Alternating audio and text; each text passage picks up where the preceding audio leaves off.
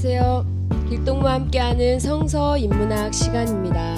저는 사회를 맡은 진상쌤이고요. 오늘 강의를 맡아주실 길동무 목사님 나오셨습니다. 목사님 안녕하세요. 네, 목사님 지난 강의에서는요.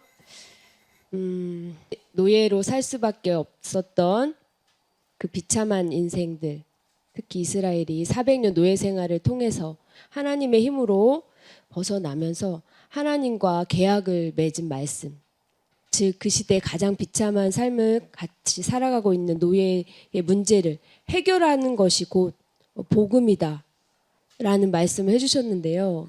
네, 목사님 오늘은 그럼 어떻게 강의가 진행될까요? 이 성경을 우리가 다시 이제 잘 들여다보게 되면은 하나님께서는 누구보다도 우리 인간의 현실을 잘 아시는 것 같아요.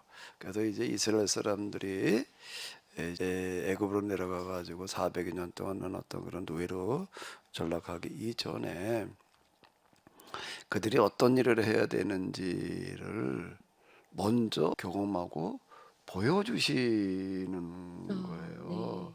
하나님께서 먼저 이런 세상, 이런 나라를 만드는 거야라고 하는 거를 말씀으로만 얘기하지 않으시고 먼저 보여주셨다고요? 경험하게 하시는 네. 거예요. 그런 나라를 만드는 무슨 경험인가 하면 그런 나라에 가가지고서 경험하는 게 아니라 그런 나라를 만드는 경험. 만드는 경험이요? 만드는 경험, 그리고 그런 나라의 삶을 살아가게 하는 그런 경험. 그 너희가 앞으로 가야 될 길은 이런 거야. 네. 어떨까? 이렇게 한번 딱 경험을 시켜 놓으면은 더 딱 와닿는 어떤 그런 게 있지 않을까? 그냥 그렇죠. 말로만 이런 걸 얘기하면 끝나는 게 아니라 음. 하나님은 어떤 하나님이신가 하면 우리가 하나님을 아는 것도 머리로 생각으로만 아는 거는 한계가 있어요. 네. 경험으로 알아야 되는 네. 거예요. 하나님은 이해의 대상이기도 하시지만 이해만 가지고서는 하나님을 다 안다는 게 어려워요. 그 이해하기 위해서는 경험을 통한 이해여야지 잘못된 길로 안 가거든요. 오늘 우리가 성경 해석이나 이런 것들이 전혀 딴 길로 가는 건 헬라 방식에 의해서 머리로 이해로만 자꾸 가려고 그러니까 이렇게 헬라 신학이 돼가지고 그러는 거예요. 히브리 신학이라고 하는 거는 경험에서 나오는 신학의 노예의 경험, 노예들의 문제를 해결하시고자 하는 하나님에 대한 경험. 이제 지난 시간에 내가 나 여호와가 말하노라라는 그런 화법으로다가 잠깐 얘기한 것도 그런 하나님에 대한 경험에서 나오는 네. 경험 아니고서는 하나님의 말씀을 그렇게 우리가 느껴보기가 어려운 거죠. 근데 이게 창세기라고 하는 책에 가서 마지막 부분에 아주 길게 이 세상에서 하나님 나라의 모형을 이 노예들의 문제, 나그들의 문제가 해결되어지는 그런 나라를 만들어가는 그런 경험의 이야기가 있어요. 그 얘기가 혹시 뭔지 알아요? 창세기 그런 얘기가 있다는 걸 알고 있어요? 좀 생각해 봤는데요. 도저히 생각이 안 나는데요.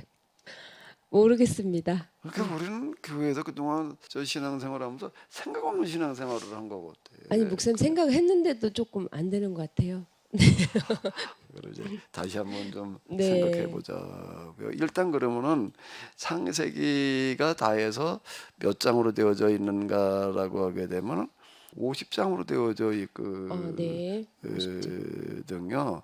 이제 12장부터 아브라함의 이야기가 나오거든요. 네. 아브라함, 이삭, 야곱, 그 다음에 이제 마지막으로 야곱의 12아들 중에 요셉의 이야기 이런 것들이 전개가 되어지는데 그 중에서 요셉의 이야기가 37장에서 50장까지요. 네, 참 기네요. 어마어마하게 많은 이야기가 들어 있거든요. 요셉은 알잖아요. 네, 아주 잘 알고 있죠. 요셉이 뭐 어떤 사람이에요? 네, 아버지 야곱의 총애를 받고 그다음에 꿈도 꾸고요. 무슨 꿈을 형들의 꿨죠 주로? 볕단이 절을 하고 해와 별들이 달이 절을 하는. 어떤 볕단에 절을 했는가라고 하게 되면 네. 형들하고 같이 가서 추수를 하면서 볕단을 묶어놨는데 형들의 볕단이 누구의 볕단을 향해서 절을 하는 네, 꿈 꿨다는 요셉의 볕단을 뭐 그런 향해서죠. 꿈 얘기 네. 뭐 그렇게 형제를 좋아할까 아, 시기요. 시기를 요셉이 몇 번째예요 형제들 중에? 11번째요? 그리고 형이 몇이었을까? 열이죠. 그 10명의 형들이 좋아할까? 저희들이 좋아했다고 그러니까 좋아할 리가 없지요. 그렇죠. 그러니까 아버지가 또 요셉만 좋아하는 것 같고 그러니까 이제 형들이 시기가 생겨가지고 죽이려고 그러다가 어떻게 했어요? 노예로 노예로 팔려갔죠. 팔아먹었어요. 그때가 나이가 몇 살이죠?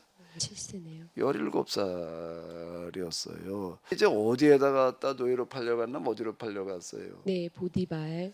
애굽에 이제 보디발이라고 하는 사람의 집에 노예로 팔려가 가지고 17살에 팔려가 가지고서 한 10여 년 뒤에는 그 집에 뭐가 됐죠? 네. 총무가 됐다는 거는 보디발이라는 사람이 애굽에서 그래도 대단한 권력자였거든요. 경호실장이니까. 네.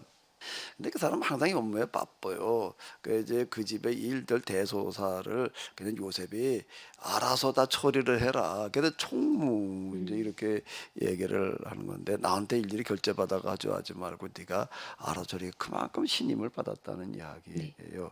그리고 그 다음에 또 조금 더 있다가는 뭐가 됐어요? 네. 애굽의 총리가 됐죠. 예, 그 총리가 되어서 어렸을 때 꿨던 꿈이 실현이 됐어요, 안 네, 됐어요? 실현됐죠. 어떻게 실현이 되었죠?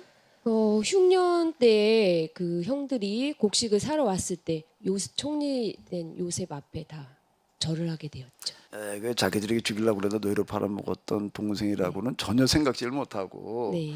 엎드려서 그냥 이제 절을 했는데 요셉은 그 누구도 형들이라는 걸 알아요, 몰라요? 알죠. 그러면서 뭘 생각했냐면 옛날에 꿨던 꿈을 생각을 네. 했다, 뭐 그렇게 기록이 되어져 있잖아요.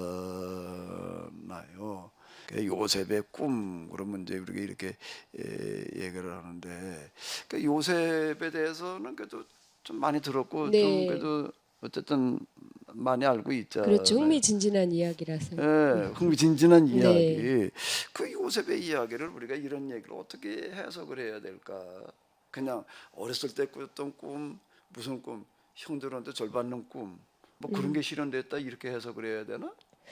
주로 그렇게 해석들을 많이 해요. 안 아니요, 해요? 목사님, 그건 아니고. 아니 그렇게 해석들을 많이 하고 있어요. 아닙니다. 목사님.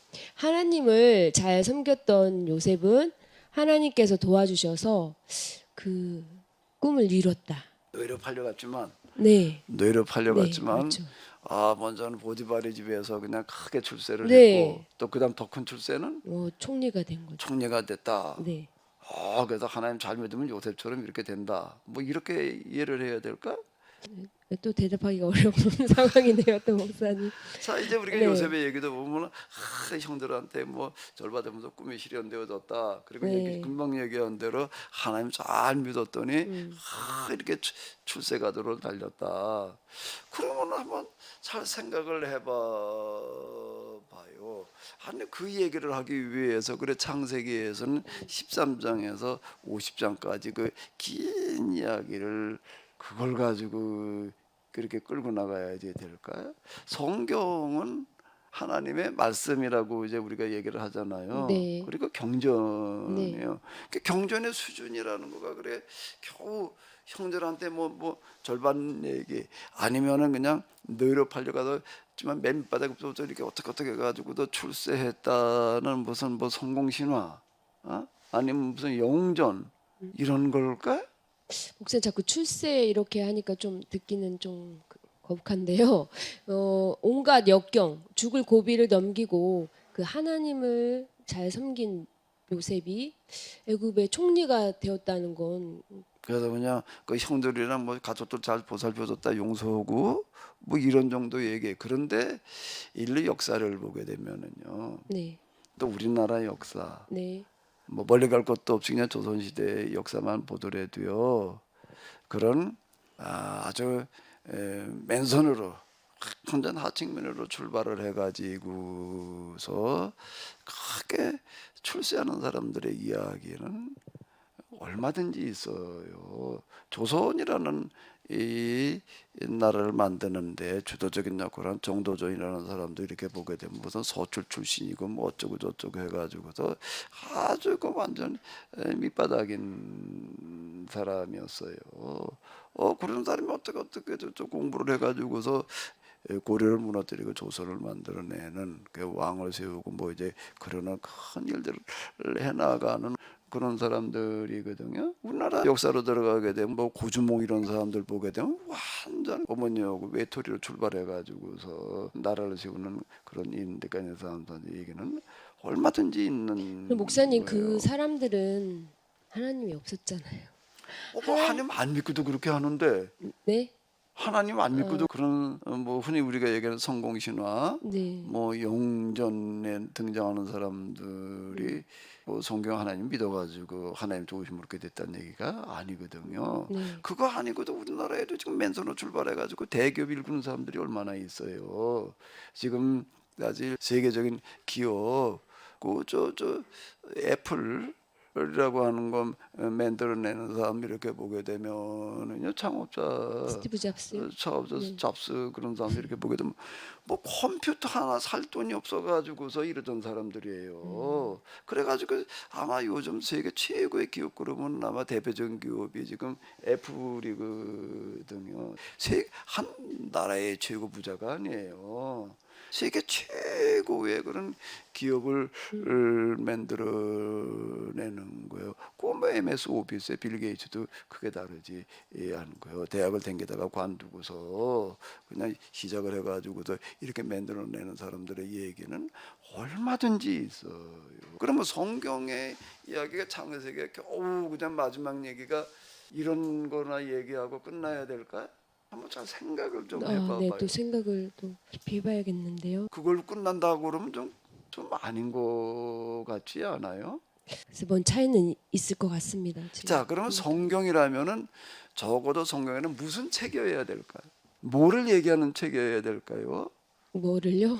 성경은 뭐가 중요한 주제예요? 성경의 주제가 뭐예요? 성경의 주제요? 교회 네. 여대된 교수니까 그때 학교 선생님이시니까 최소한 그건 좀 생각해 봤겠죠. 네. 성경의 주제가 뭘까요? 구원 아닌가요? 세상 구원의 네, 얘기예요. 맞았군요. 그 세상 구원을 다행이다. 얘기하는 책이에요. 세상 구원을. 네.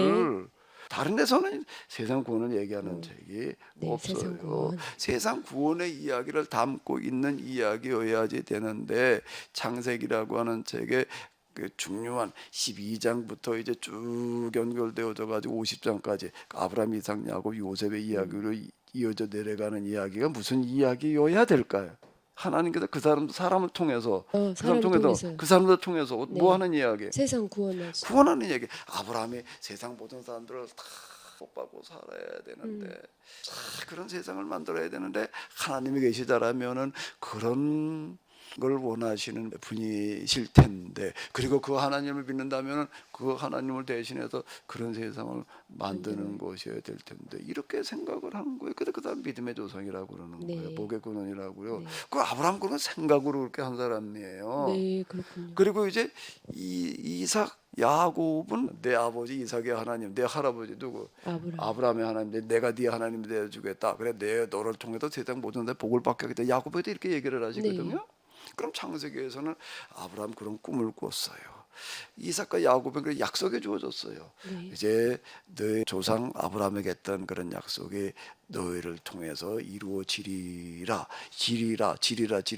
약속을만 하고 끝나야 될까요? 그게 아니면 그런 세상이 만들어지는 모습을 한번 좀 보여줘야 될까요? 만들어져야죠. 그래야 되겠죠? 네.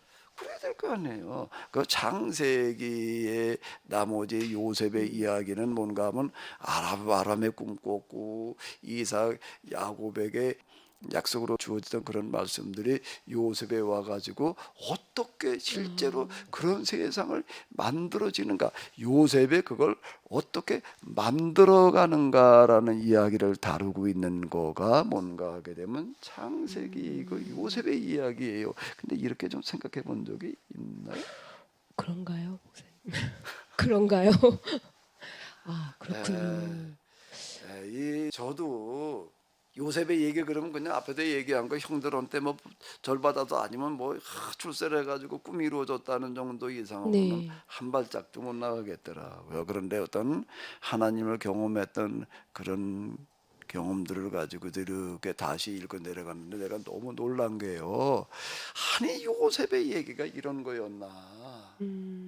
그게 제가 너무 충격이었어요 나한테. 야 성경을 내가 몰라도 이렇게 몰랐을 수가 있나 이런 생각이 이제 들었었거든요. 그 이제 이게 성경을 우리가 그냥 머리로만 읽는 거하고 하나님의 영을 받아가지고 영감으로 읽는 거하고가 너무 다르더라고요. 성경이 영감으로 쓰여졌다는 얘기는 많이 들었죠. 네. 그럼 해석도 어떻게 해야 될까? 그냥 사람의 머리로만 해야 될까? 영감으로 그저 해석해야 영감이 되는. 들어있어야 되는 거예요. 그러니까 영감의 도우심을 받아가지고서 다시 이걸 읽어 내려가다 보니까요 거짓말처럼 성경이 특히 이제 그 중에서도 요셉의 이야기 이런 거가 다시 보이는 거예요. 이제 성서 인문학에서 다루는 그런 내용들은 다 이런 걸 가지고 지금 얘기를 해 나가고 있는 그런가요? 거예요. 목사님 마치 요셉의 머릿속을 훤히 들여다보고 오신 듯한 말씀이시거든요. 그럼 성경에 그런 부분이 있다는 말씀이시죠? 근데 영감이라고 하는 거가 네. 뭐냐라고 할 때 하나님께서 그냥 이렇게 신비하게 알려주시는 신비한 지식인 줄만 알았어요. 네. 계시라고 하는 거가 뭐 겉은 열어졌건 되는 그런 단어의 뜻이거든요. 네. 그래서 내가 모르는 걸 하나님께서 그냥 기도하는 중에 음성으로 환상으로 이렇게 알려주신다, 일방적으로 알려주신다라고만 이렇게 생각을 했거든요. 근데 하나님을 직접 경험하고 영성이라는 거, 영감이라는 거를 경험하고 나서 보니까 어떻게 해야 되는 건가 하게 되면 하나님을 직접 뵙는 거예요. 그래서 하나님의 마음을 내가 느끼는 거예요. 그러니까 지난 시간에 얘기한 코아마르 야훼 네. 여호와께서 가라사대라는 얘기가 가능해지는 거예요. 그 전에는 내가 하나님에 대해서만 생각을 했지 하나님의 생각, 하나님의 뜻이 어떤 것인지를 내가 이게 잘 와닿지를 않았어요. 그러니까 그게 이제 와닿는 거고요. 그리고 동시에 뭔가 하게 되면 하나님을 이렇게 직접 경험으로 만나는가 하면은 그 다음엔 성경의 사람들도 또 경험으로 만나는 거예요. 아브라함, 요셉을 내가 시간의 차이를 뛰어넘어 가지고 거짓말처럼 그들을 영감으로 만난다고요. 만나는 그들을 비로소 내가 이제 그들은 요셉에 대해서만 읽는 거예요. 네, 그렇죠. 요셉에 대해서만 읽다가 요셉을 읽다가 내가 다시 보였다는 거는 뭔가 하면 요셉의 입장에서 이번엔 읽게 되더라고. 그게 영감인 것 같아요. 네. 내가 경험한 바에 의하면은요, 제가 경험한 건 여기까지예요. 근데 그렇게 되어졌을 때 이게 요셉의 얘기가 다시 보이더라라고 하는 거죠. 네, 목사님 이해는 좀 어렵지만, 네. 그럼 어떻게 그러면 펼쳐졌나요? 이 예, 창세기에 어디에서 그런 걸 우리가 찾아볼 수 있느냐라고 할 때 47장 21절 요거는 이제 좀 세번역인데요. 한번 읽어보실까요? 요셉은 이집트 이 끝에서 저 끝까지를 여러 성읍으로 나누고 이집트 전 지역에 사는 백성을 옮겨서 살게 하였다. 여기 1번 그랬는데 요 1번은 사마리아 오경이라는 역본이 있거든요. 저 72역 불가타 역은 라틴어로 번역한 그런 이제 성경인데 거기서는 요셉이 백성을 강제 노동에 동원했다. 이런 구절들이 같이 네. 들어가 있는 거예요. 그럼 뭔가 하면 이거 간단하게 이제 넘어가는 이야기인데 그 전에 이게 그냥 안 보였어요. 저도 나도요. 이런 거를 그냥 뭐 이런 구절이 예, 있었는데 그런데 넘겼는데요. 요셉의 입장에서 보니까 이제 비로소 이게 보이는 거예요. 요셉이 뭘 고민하고 있었는지 무슨 일을 했는지가 이제 보다 보니까 근데 요셉은 이집트라는 땅은 굉장히 넓은 나라예요. 네. 이 끝에다 저 끝까지를 여러 성읍으로 재편했다는 거예요. 네. 그리고 전 지역에 사는 백성들을 다 그냥 이주시켰다. 네. 이해가 안 그게 되는데요. 요셉이 이런 일을 했다는 네. 거예요. 그냥 그 전에는 나도 어떻게 생각했나 하면 요셉이 바로의 꿈을 해석을 해줘가지고 기가 막히게 해석을 해줘가지고 총리가 됐다. 그냥 그 총리가 돼가지고서 그냥 7년 핀령 동안에 네. 양식을 모아놨다가 6년 동안에 네, 뭐 했다? 그렇죠. 나눠줬다. 그저 이 정도로만 이해를 했는데. 그러니까요, 목사님 여기에 뭔 의미가 있다는 이게 말씀이세요? 아니라는. 그 옮겨 살게 한 그 뭔 의미가 아니 있을까요? 근데 일단 내가 이제 네. 요셉의 얘기를 다시 읽어 내려갈 때 일단 와닿는 거가 뭘 생각하게 나도 그전에 생각 없이 그냥 있는 거예요. 그냥 문자나 읽는 네네. 거예요. 아 근데 생각을 하면서 읽게 되더라고요. 뭐가 일단 좀 생각이 와서 딱 걸렸는가라고 하게 되면은 가만히 있자 뭐 바로라고 하는 왕이 요셉한테 7년 동안 양식을 풍년 때 모아놨다가 흉년 때 나누어주는 역할만 요셉에게 시켰다면은 그거는 그냥 무슨 장관 아니면 차관 오늘을 기준으로 한다면은 네. 아니면 한 국장 수준이면 되는 거예요. 그런데 음. 요셉에게 왕권을 다 맡겼다는 거예요. 그렇죠. 옛날에는 그 왕권을 내리는 거를 이제 옥새를 찍는다고 네. 그러잖아요. 근데 옥새요. 옥새를 그때는 어떻게 했는가 하면 누가 도용하지 못하게 네. 손에다 이렇게 반지를 만들어 가지고 네. 누가 몰래 찍으면 큰일 음. 나잖아요. 그걸 못하게 왕에 늘 끼고 있었다고요. 네. 그걸 빼서 요셉한테 넘겨줬다는 얘기, 네. 결재권을 줬다는 얘기예요. 아. 그래야지 이 땅에서 이제 네 말이 아니고서는 수족을 놀릴 자가 없으리라 이렇게 얘기를 하는 거예요. 아니 요셉한테 왜 바로가 왕권 전체를 남겨줘야 되는지가 그 전에 그냥 뭐 그랬나 그러고 네. 넘어갔는데 하나님께서 그게 하신 이제 말씀. 무엇을 위해서 왕권이 그렇게 필요했을까? 왜 왕권에 그걸 저 왕권을 요셉에게 다 남겨줬을까가 일단 생각해 보게 음. 되더라고요. 그리고 요셉이 한 일이라는 거가 겨우 양식이나 그냥 흉년 때 나누어 주는 일만이 아니라 무슨 일이라는 게 이 구절이 와닿는 거예요. 이 구절이요. 온 나라를 다 토목공사를 했다는 거예요. 이게 아예 토목공사요. 성읍으로 나눴다는 얘기가 뭐 네. 행정구역만 개편했다는 얘기가 아니에요. 백성들 옮겨 살게 했다는 그런 얘기가 거대한 토목공사를 했다는 그런 이야기가 되는 거더라고. 이게 보이는 거예요. 그러면서 이제 어디부터 보이는가 그러면 요셉이 애굽의 노예로 팔려가지고 무슨 생각을 하면서 지냈을까? 그 전엔 그런 거 생각해 본 적이 없어요. 그냥 읽고 내려가다 그냥 끝난 거예요. 네. 요셉이 거기서 뭔 생각을 해? 그걸 어떻게 생각을 해봐? 음. 그런데 이제 비로소 이제 생각이라는 게 이제 작동이 되기 시작을 했죠. 저도 생각 없이 뇌 없이 네. 신앙생활했어요. 그냥 아 그저 목사님도요? 네. 처음부터 그런 게 아니라 예. 다행입니다. 그런데 이때부터 이제 뇌가 생기더라고요. 네. 그 생각이 이제 발동을 하더라고요. 네. 그러다 보니까 요셉이 무슨 생각을 했을까라고 하는 거가 요셉의 입장에서 생각이 되는 게 요셉이 아버지에게 그 계약법에 대한 충실한 교육을 받고 나서 애굽에 딱 갔을 때 그는 아유 나한테 왜 이런 시련이 왔을까 왜 이런 어려움이 왔을까 이걸 내가 어떻게 해서 극복을 할까 이렇게나 생각한 사람이 아니라는 진정한 신앙의 사람들은 어쨌든 뭐 이런저런 과정을 통해서 내가 여기까지 이렇게 왔는데 여기에 내가 이렇게 오게 된 건 절대 우연이 아니고 하나님께서 나를 이곳으로 어떤 뜻이 있어서 보내신 거야. 이렇게 받아들이는 거예요. 그렇지 않으면 아유 내가 어떠다가 뭐 재수가 없어서 운이 나빠서 뭐가 일이 잘못돼 가지고 뭐가 꼬여서 엉켜서 뭐가 어째서 내가 이렇게 이런 데까지 끌려와 가지고 이름을 걸 어떻게 해야 되나 그냥 이러고 비관이나 할 텐데 요셉은 그런 사람이 아니었다. 아니었다는 거예요. 어떻게도 그렇게 얘기를 할 수 있느냐라고 한다면 그가 어떻게 10여 년 되거나 말거나 하는데 보디발이는 사람의 집에 총무가 되겠어요. 비관이 나면서 그냥 억지로 노예가 할 수 없이 그냥 시키는 일이나 했다면 그렇게 될 수가 없는 거예요. 네.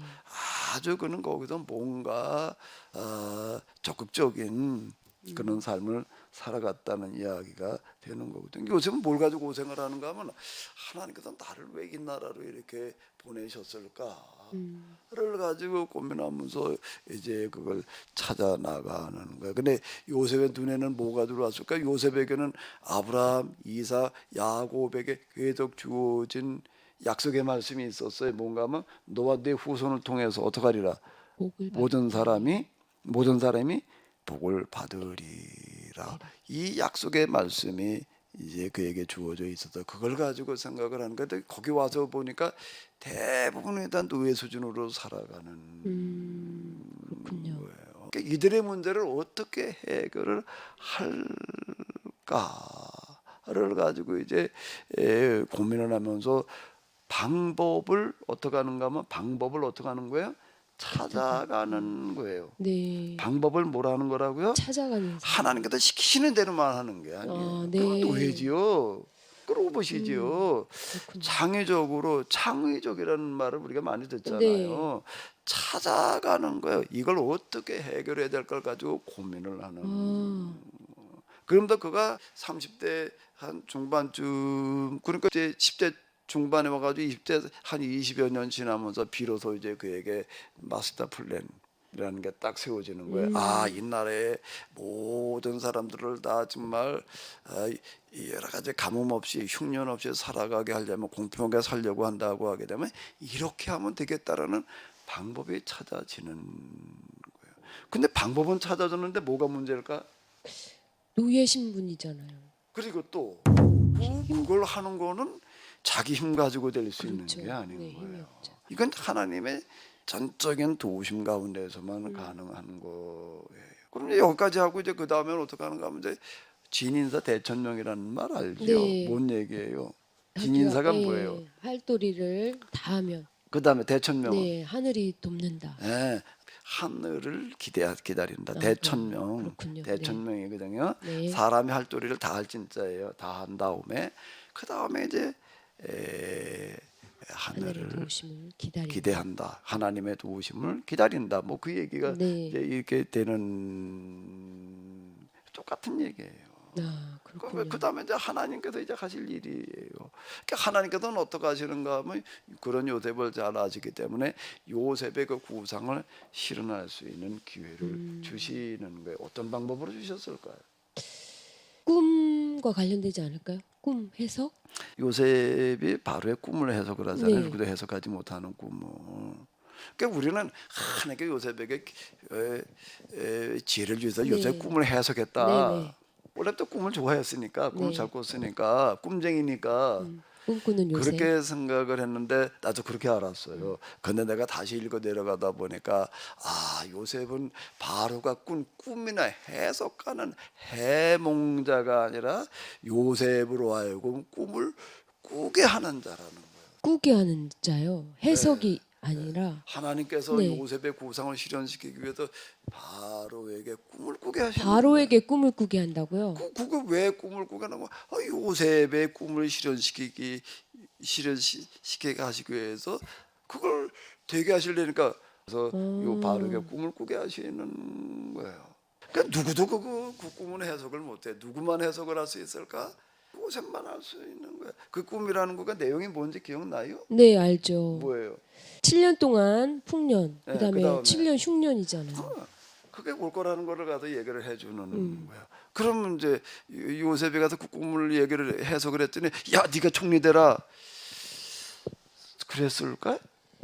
글쎄요. 성경에 근데 총리라는 게 뭔가 하면 내 왕권을 네가 대신 행사해라 이렇게 얘기를 하는 거거든요. 네. 그럼 그 얘기 속에는 7년 풍년 동안의 양식을 모아놨다가 형제 나눠주면 됩니다는 말만 한 게 아니라는 거예요. 아, 그럼 지금 요셉이 이렇게 얘기를 하고 있어요.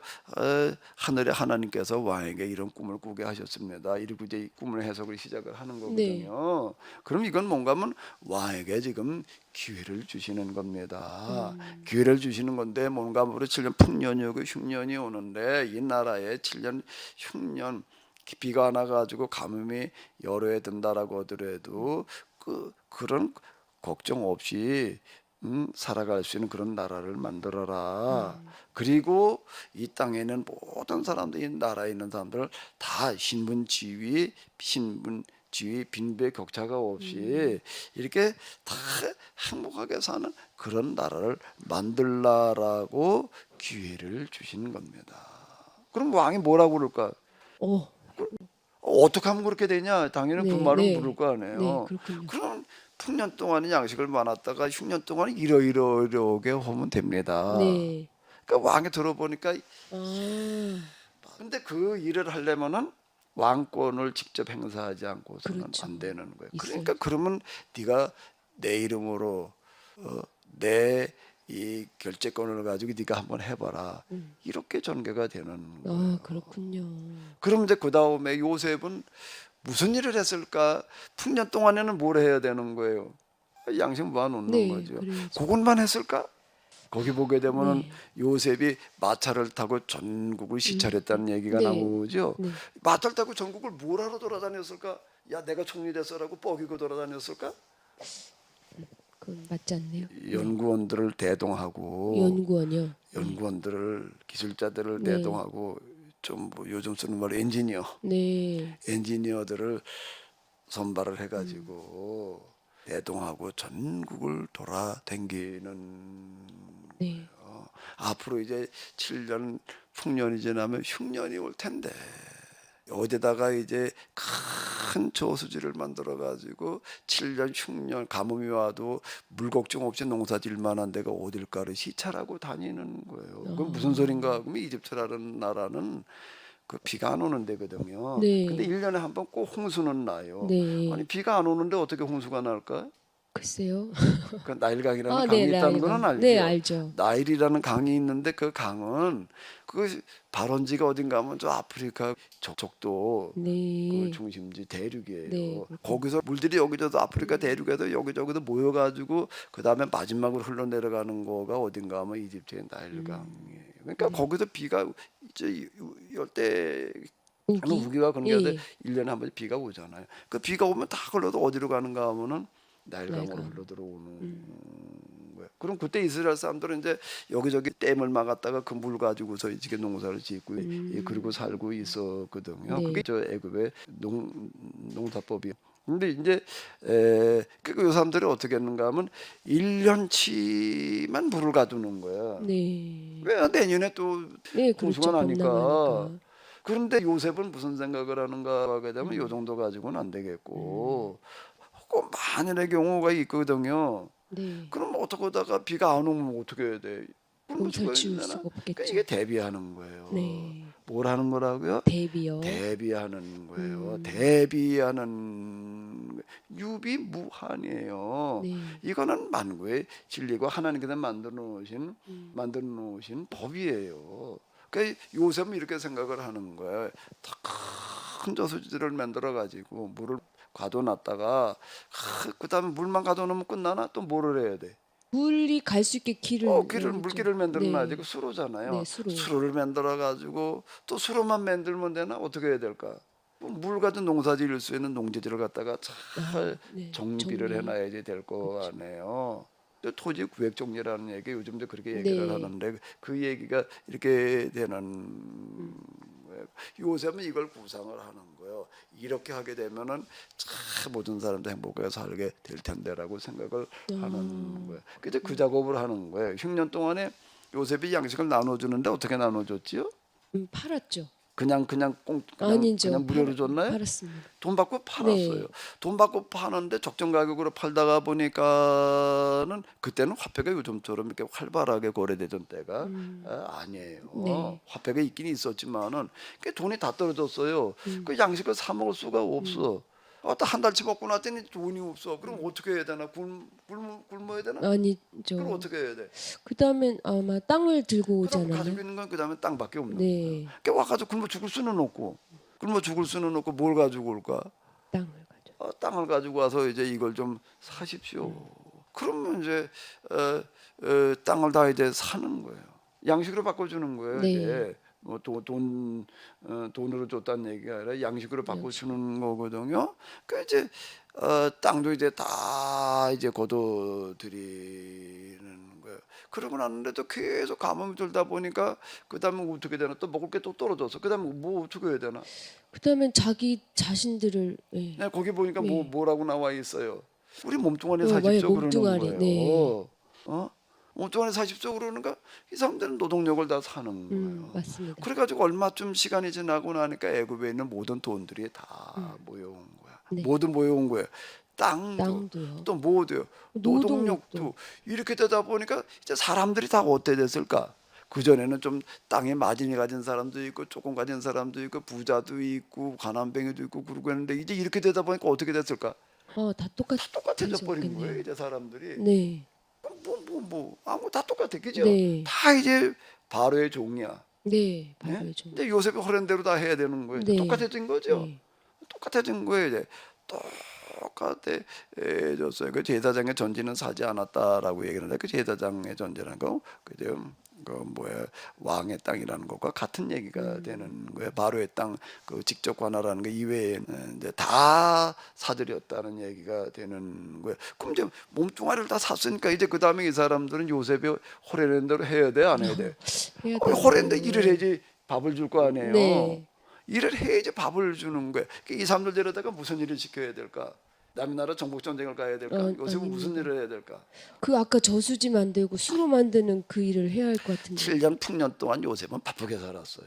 네. 기술자들 데리고 다니면서 야 어디에 무슨 저수지를 만들어야 돼, 무슨 저수지 만들 이걸 다 계획을 하고 설계를 해야 되는 거예요. 설계를 다 하느라고 그 가만히 앉아서 그냥 시간만 보내고 있는 게 네. 아닌 거예요. 그 계획에 착수하는 거예요. 그리고 이 인구들이 이제 몇 명인데 어디 있는 사람들은 어디다 동원하고 어디다 동원하고 어디다 동원하고 그 얘기예요. 이 끝까지 아, 그게 여러 성으로 나누고 백성들을 다 강제 노동에 징용했다는 얘기가 네. 그 얘기가 되는 거예요. 아니 가가지고도 네, 목사님 얼핏 듣기로는 자유롭지 못하게 옮겨 살게 하고 강제 노동시키고 그런 깊은 뜻이 있는지 전혀 몰랐는데요. 그런데 여기 이제 보게 되면은 그런 뜻이 그렇게 깊은 뜻이 어디 있느냐라고 하는 거가 네. 여기를 보게 되면은요 이런 얘기가 있어요. 나중에 다 끝난 다음에 이제 백성들한테 요셉이 뭐라고 얘기를 하는가 하면은 요셉이 백성에게 이르되 한번 읽어볼까요? 오늘 내가 바로를 위하여 너희 몸과 너희 토지를 샀노라. 여기 종자가 있으니 너희는 그 땅에 뿌리라. 추수의 5분의 1을 바로에게 상납하고 5분의 4는 너희가 가져서 토지의 종자로도 삼고 너희의 양식으로도 삼고 너희 가족과 어린아이의 양식으로도 삼으라. 아마 그랬더니 백성들이 뭐라고 그러는가 하게 되면 네. 아유 힘들어 아유 이제 앞으로 어떻게 살아 그랬나요? 그들이 이르되 뭐라고 그러는 거예요? 주께서 우리를 살리셨사오니 우리가 주께 은혜를 입고 바로의 종이 되겠나이다.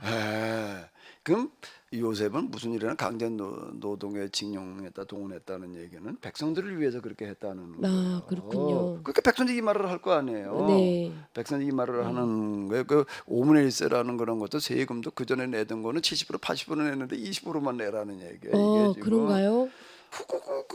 그 전엔 여기 보기도 이런 얘기가 나와요. 가져가서 토지의 종자로도 삼고 왜 이 말을 할까? 그 전에는 먹을 게 떨어져 가지고서 마지막 먹는 게 뭔 줄 알아요? 굶어 죽기 직전에 먹는 게 뭔 줄 알아요? 종자 먹는 거예요. 종자군요. 네. 종자로도 삼고. 네. 그러니까 이제 먹을 게 떨어져 가지고 종자 털어 먹는 일이 없게 해라. 네. 이 얘기를 맹탕하는 게 아니에요. 그 다음에 너희 양식으로도 삼고 뭐예요? 양식이 맨날 떨어져 가지고서 굶주렸다는 얘기예요. 그 다음에 또 너희 가족과 특히 어린 나이에 양식으로도 애들이 우는 게 몇 가지가 있는데 제일 크게 제일 서럽게 우는 게 뭐 하는 때 우는 애들 키워봐서 알지요? 네. 어떨 때 우는 거예요? 배고플 때요. 배고파서 우는 게 요즘은 드물어요. 네, 그렇죠. 옛날에는 배고파서 우는 애들 많았어요. 그러니까 이게 어린 나이에 양식으로도 삼으라. 그래 그 사람들이 뭐라고 그랬다가 주님께서 우리를 주인이라고 부르는 거야. 우리를 살리셨사오니 우리가 주님께 은혜를 입었다라고 얘기를 하는 거예요. 그 백성들이 알아요. 자, 근데 동원하는데 뭐를 하는가 하면 형 저수지를 만들고 있는 거야. 그 다음에 뭘 만드는가 하면 뭘 만드는 거예요? 수로를 만드는 거야. 수로를 만드는 거 도로를 만든다는 얘기하고 똑같은 얘기예요. 네. 수로는 거 도로도 되는 거니까 한 농지를 다 또 정리를 농사짓게 좋게 만들어 놓는 거예요. 마지막으로는 또 뭐를 했을까? 이쪽에 옮겨 살게 했다는 거니까 그 다음에 또 하나 뭐를 했을까? 집도 지어줬나요? 네. 집이 다 똑같은 집이 아니야. 어떤 사람은 대골 갖고 어떤 사람은 그냥 뭐 오줌만 갖고 그저 정난간이 뭔 줄 알아요? 장난감이요? 정난간이라고 장난감이요? 하는 그 화장실 모르겠는데요. 다 쓰러져가는 화장실 수준의 그런 수준들인데 요셉은 비슷한 걸 동원해가지고서 벽돌을 찍어가지고 집들을 좀 사람 살만한 집을 만드는 거야. 어떤 집은 크게 만들어놓고 어떤 건 요만하게 만들어놨을까? 골고루 다. 그것도 집 짓는 것도요. 저기 필리핀 이런 데 보게 되면 맨날 그냥 강변에 집을 지어가지고서 맨날 수해를 당해. 왜 강변에 집을 지을까? 거기밖에 집 지을 때 땅이 없는 거예요. 집 땅이 없으니 어떻게 그냥 그 맨날 그러는 거예요. 그 가난한 사람은 맨날 그냥 그저 홍수 나는 데는 집을 짓고 살아야 되는 거예요. 근데 네. 어디다 집을 지어놓는 거예요? 홍수가 나도 물 안 찰 수 있는 데다 갖다가 안전한 곳이요. bon듯하게 좀 집도 좀 지어놓는 거야. 백성들이 가만히 보니까 이걸 다 누구를 위해서 하는 거야 이게. 자신들 위해 걸 그 알았던. 백성들이 대충 했을까 그냥 죽어라 하고 일을 했을까 신이 나서 일을 했을까. 네, 신나서 일을 어떤 했던. 사람이 그러더라고요. 동네 부여 가가지고 일을 할 때요 땀 나면 죽는데요. 그렇게 얘기하는 사람이 그뭐 부여 걸어가지고 땀 내고 일할 일 없다. 그냥 대충 해라 그 네, 얘기거든요. 대충 하라는 근데 대충 때우기가 아닌 거예요. 백성들이 보니까. 그리고 이곳에 보면 근데 푸짐하게 먹을 걸 줘가면서 겨우 저 굶주림만 면하게 요기나 시켜주는 게 아닌 거예요. 그럼 더 일을 시켜놓으니까 신이나 더 열심히 일을 그런 얘기군요. 그 얘기예요. 이게 그 얘기예요. 네. 그래서 주께서 우리를 살리셨으니 그 한번 생각을 해봐요. 평생 자기 땅이 없던 사람들이 자기 땅이 생겼어. 평생 아유 나도 좀 저런 집에서 한번 살아봤으면 그런 생각 해본 적 있어요? 네, 많이 하죠. 그런 생각 많이 네, 해요. 집이 없으신 네, 분이구만. 열심히 돈 벌어서 그런 집 좀 지어봐요. 아유 나도 좀 저런 집에서 좀 살아봤으면 꿈이야. 영원한 꿈이야. 네. 아유 이건 맨날 그냥 비만 왔다 하면 싸들고 그저 또 어디 그저 피난 가야 될 준비나 하고 이러던 사람들이 참 이제 뭐 위아래가 없어도 다 똑같아졌어. 자기 땅에 생겼어. 자기 집이 생겼는데 뭐 네 집 내도 더 좋은 집도 없고 뭐 산 집도 없고 뭐내 집도 겨우 그저 들어가도 옹색하게 살 집이 아니야. 어떻게 집을 좀 지어줬을까? 사람 살만하게 지어줬겠지요. 네. 그런 집을 지어줬어. 그 다음에 거기다 갖다가 야 이걸 가지고 이제 먹으면서 종자도 하고 양식으로 삼아라라고 또 그냥 배급을 갖다가 또 그냥 아주 그냥 곡관을 갖다 가득 채워줬어. 그 백성들이 어떨까? 주께서 우리를 네. 살리셨으니 우리가 주께 은혜를 입고 기꺼이 바로의 종이 되겠다는 얘기는 그 얘기는 뭔가 하게 되면은 정말 우리가 나라를 위해서 열심히 살게. 그 세금도 20%야 이건. 네. 전에 70% 80%는 이건 뭐 도대체가 이거보다 더 좋은 일이 있을 수 있을까? 창세기는 이 이야기로 마무리를 짓는 거예요. 총리 뭔 일을 했느냐? 네. 자 이런 일을 하는 거야. 그 창세기라고 하는 책을 이렇게 보게 되면 하나님이 어떤 분이신지 인간이 누구인지 죄, 심판, 구원에 대해서 이해를 하려면은 다른 책보다도 창세기에서 구원이 뭘 말하는지를 먼저 봐야지 딴 길로 가지를 않아요. 잘못하면 3000% 빠져요. 네. 잘못하면 3000% 빠지지 말고요. 네. 똑바로 가야 되는데 그러려면은 어디서 구원을 봐야 된다고요? 창세기 창조의 이야기와 더불어 그 다음에 어디에? 요셉의 아브라함, 이삭, 야곱, 요셉의 이야기에서 하나님께서 세상을 구원하신다는 게 저렇게 하는 거로구나. 죽은 다음에 이 세상에서 그냥 그러고 지지볶고 살다가 죽은 다음에 어디 좋은 데 나가. 그게 성경에서 얘기하는 구원일까요? 성경이 하나님이 과연 그 정도 수준일까요? 아니죠. 이 세상에서부터여야 되겠죠. 네. 이 세상에서부터 누구나 골고루 행복하게 위아래 없이 인권 유린당하지 않고 그리고 살아가는 그런 세상을 만드는 거여야 되겠죠. 네. 그게 뭔가 하면 성서 뭐라고요? 이거보다 더 나은 인문학이 있으면 어디 한번 가지고 와봐요. 어떤 책에도 무슨 인문학을 얘기를 하고 있지요? 인간에 관해서, 인간의 근본에 관해서, 인간의 삶에 대해 이렇게 살아야 된다 저렇게 살아야 된다 말하는 책들은 많은데 성경보다 더 인간다운 삶, 인간을 위한 삶을 그리고 구체적인 해결법 하나님께서 이렇게 도우시겠다는 거예요. 내가 함께 하겠다 도와주겠다는 거 여기에 이런 일에 함께하고 이걸 도와주시겠다는 얘기예요. 네. 기복신앙에서 얘기하는 그런 함께 하신다 도와준다는 얘기가 아니에요. 네. 목사님, 그동안 요셉에 대해서 꿈을 꾸고 또 애굽의 총리까지 된 요셉, 우리의 항상 모델이었잖아요. 그런 요셉이 이런 큰 고민, 하나님께서 함께 하실 만한 이런 고민과 이런 일 했다는 게 참으로 놀랍고, 또 성서 인문학을 또 진행하는 진행자로서도 마음이 많이 책임감을 느낍니다, 목사님. 예, 한번 좀 성서 인문학 해볼만 하겠죠. 네, 그렇습니다.